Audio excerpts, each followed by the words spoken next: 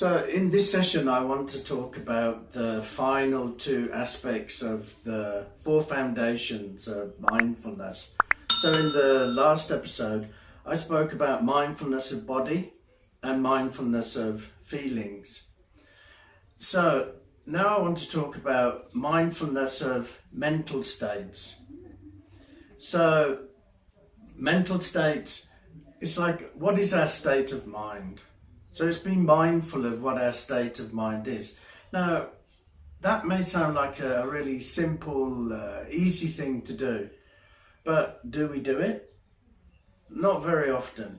It's very rarely that we would check in with our mind, unless we're being totally consumed by, powerful emotions, or we're overthinking. Then usually we'll just let the mind just carry on and do what it wants to do. But the problem with that is that it can take us down the wrong road. So we need to be checking in to see, what is the mind? What state is the mind in? Is it lazy? Or is it active? Or is it overactive, really, to the point of being agitated? Is it calm and peaceful? What is your state of mind? If we keep checking in with our state of mind throughout the day, it means that we're going to help ourselves understand that, okay, I'm in this, so I'm lazy. So what do I need to do to help myself through this moment of laziness? Or that I'm a little bit overexcited. So what do I need to do? Do I need to burn off a bit of energy to, bring my energy levels back down?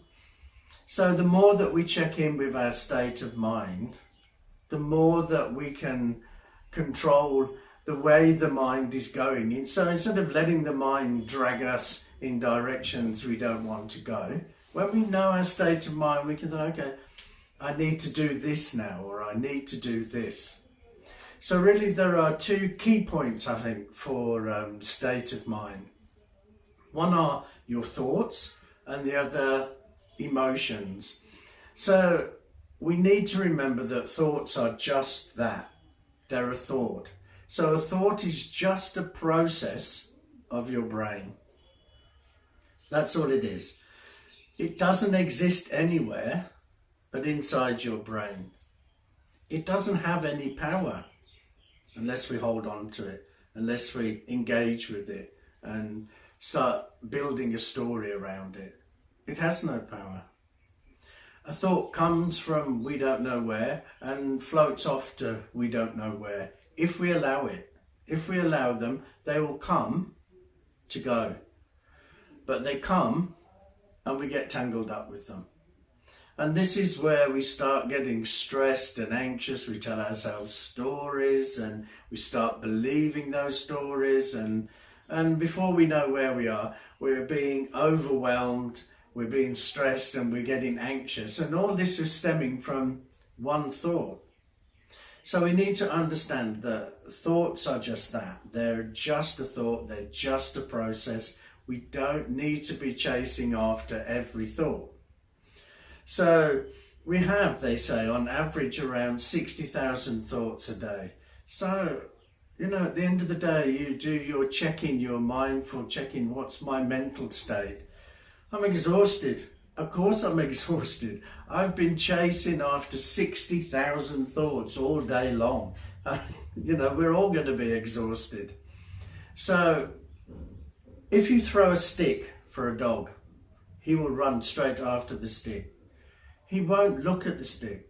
He won't think, oh, this is a nice piece of wood and it's this length and, it's this round and okay, I'll chase after it. You throw the stick, the dog will chase after it. And we are exactly the same with our thoughts. A thought comes up and we chase after it straight away. So what we need to be more like is like a bird of prey. You've seen the bird of prey. It goes around and it examines and, what do I need to do? And it doesn't just blindly rush in. We need to be more like that bird of prey with our thoughts. Instead of a thought coming up and us running after it like a dog, we should be letting the thought come up and then we should be looking at that thought. We should be aware of what that thought is. Is it a skillful and wise thought? Is it going to be helpful? Or is it unskillful and unwise, and it's going to be harmful and not compassionate? Because then we have a choice. We can let those negative, pessimistic thoughts go and just focus on the positive, optimistic thoughts. But if we're going to be like a dog chasing after every thought, you don't have that ability. And of course, the way to start slowing our mind down is by doing meditation, by just sitting quietly and just focusing on your breath, doing an anapanasati breathing awareness meditation, letting that mind calm and settle and slow down and go into stillness and silence. Because the more you do that, the more your brain waves will slow down, not just on the meditation cushion, but then off the meditation cushion, out into the day. You'll be able to have a calmer mind. And when the mind is calm, it's open. When it's open, we're thinking consciously.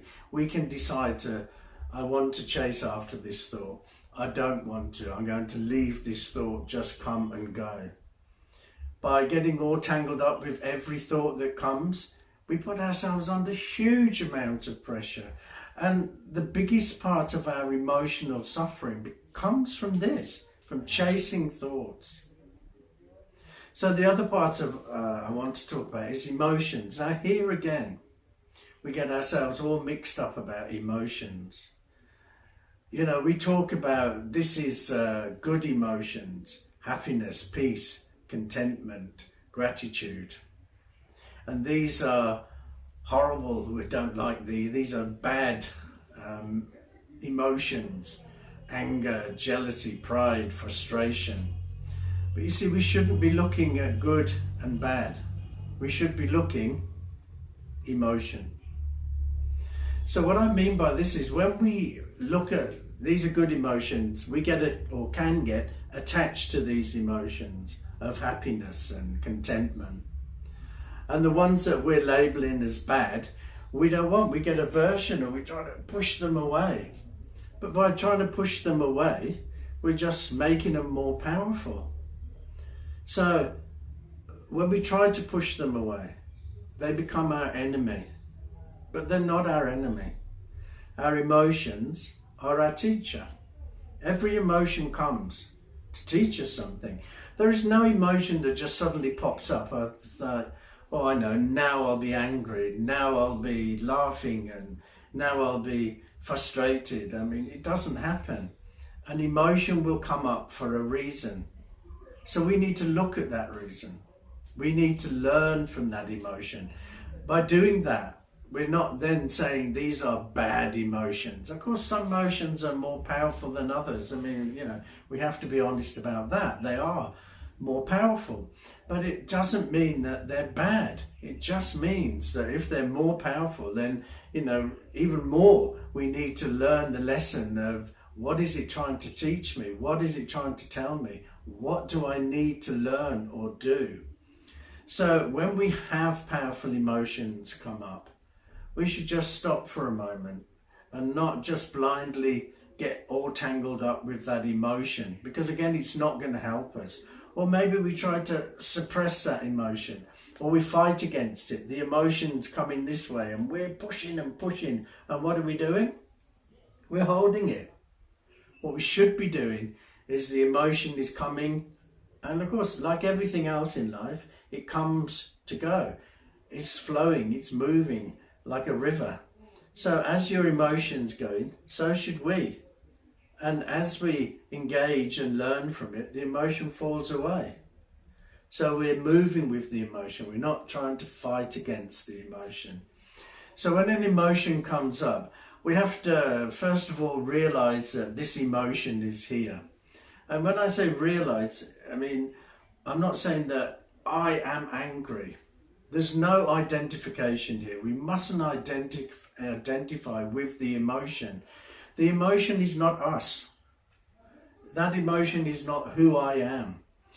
It's what is happening at this moment. Remember, we have so many emotions throughout the day. You can't say, this is who I am. I'm an angry person, or I'm this, or I'm that emotion. We can't say that because so many emotions are coming. Which emotion are we going to say, oh yeah, that one's me? None of them are you. So don't identify. Just recognize and realize we have this emotion that's here, but it's not who I am. So then we need to accept that that emotion is here. And again, not accept that I am the emotion. We just accept that at this moment there is this emotion. And acceptance is a real key part, because if we don't accept, then what we're going to do is try to suppress, or we're going to try and fight against it. Neither one of those are going to be helpful for you. So we need to accept that it's here. And then we need to investigate it. What is this? What has caused this emotion to come up? What is it trying to teach me? Because if we look at it and we observe it, and we're not observing in a way that is critical or judgmental or anything, we're just looking at, why did this emotion come up? What is the story behind this emotion? What is it trying to teach me? What is it trying to tell me? And then after we've observed and we've learned why the emotion has come up and why what we've got to learn from that emotion, then we can look at, what do I need to do now to help myself through? So when we've observed and we found out what it's trying to teach me, now what do I need to do to help myself through that emotion? So when emotions come up now, it's not about, are they nice and fluffy ones, or are they really, harsh and horrible ones? It's just that an emotion has come. So, if it's happiness, contentment and gratitude, then okay, just live with that, feel it. It's good. It's a good feeling to have. So, and learn from that as well, that this situation made me feel like this, made me feel grateful and contented. Because again, we can learn that this is a state of mind that I need to be in. Remember, we're looking now at the mindfulness of mental state. So this is a mental state, a state of mind that I need to be in for me to have inner peace, for me to be contented, for me to have gratitude. So we can learn from both, the ones that we think are more powerful and the ones that we think are more fluffy and kind. So don't fight your emotions. Just realize that emotion is there. Not I am feeling it, that at the moment there is this emotion, it's there. Accept it, investigate it, and then look at what you need to do now to help yourself through it, to learn the lesson. If we can think of these two things, thoughts and emotions, and if we can deal with them in this way, then they're not going to disturb us. So then they're not going to cause us a lot of pain and a lot of unnecessary suffering, because we're dealing with them. We're seeing that thoughts, we can let them go. They're of no use. Go on, go. And emotions, okay, it's a powerful one, but what is it telling me? I need to learn from it. They become my teacher. So in this way, we can engage with the mindfulness of our mental state. We can understand what mental state we're in at this moment, and what do I need to do to help myself through that mental state. So the final part, the fourth part, is mindfulness of objects of the mind. I mean, this is how it's said in the Satipatthana Sutra, objects of the mind. So being mindful of objects of the mind. For me, I've always thought about it as mindfulness of reality, of what is happening in this moment. So there are several parts to this. One is the Five Hindrances. The other one is the Five Aggregates. Then we've got 6 external and internal base organs. And then you've got the Four Noble Truths. So let's just quickly go through these. So the hindrances. So these are 5 states that mainly we talk about. The 5 states cause us hindrance when we're doing meditation, but actually they cause us hindrance when we're not even doing meditation, throughout our normal lives. So we need to be mindful of these objects.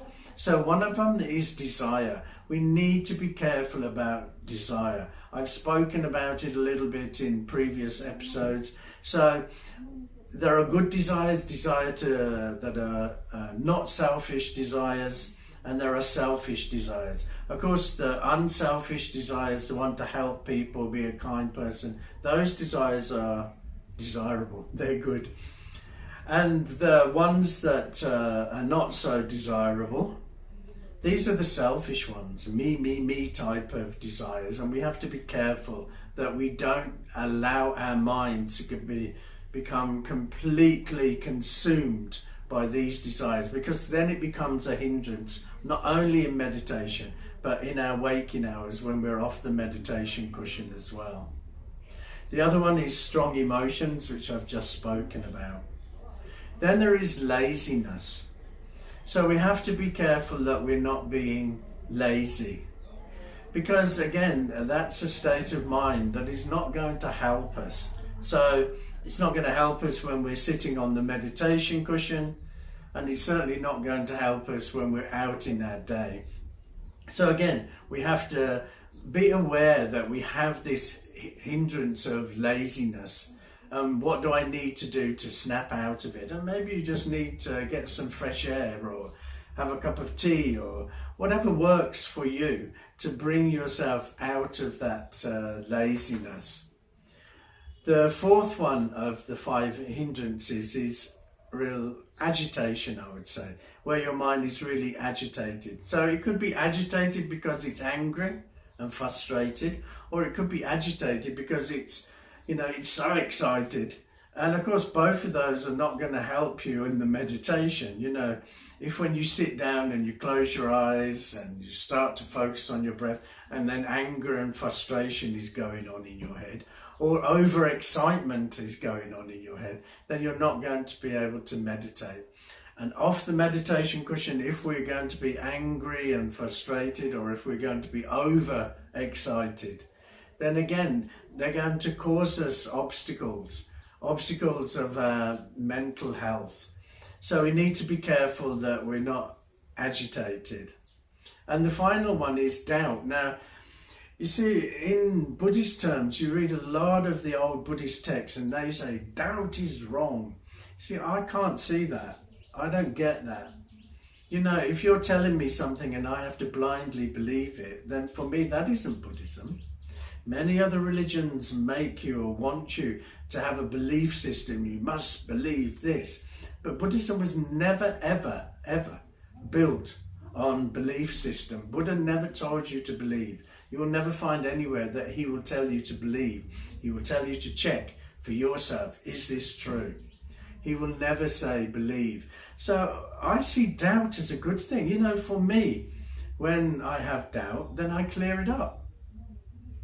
If we're not supposed to have doubt, then, what we're doing is just pretending and suppressing. I don't have doubt. I believe.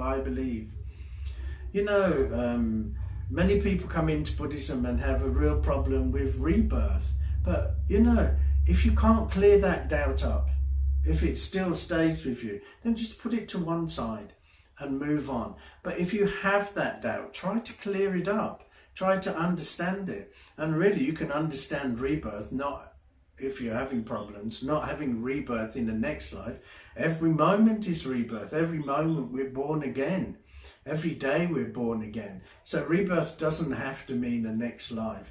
So if you have doubts about things, for me, there's no problem with that doubt, but just try to clear that doubt up so it doesn't become a hindrance or an obstacle for you.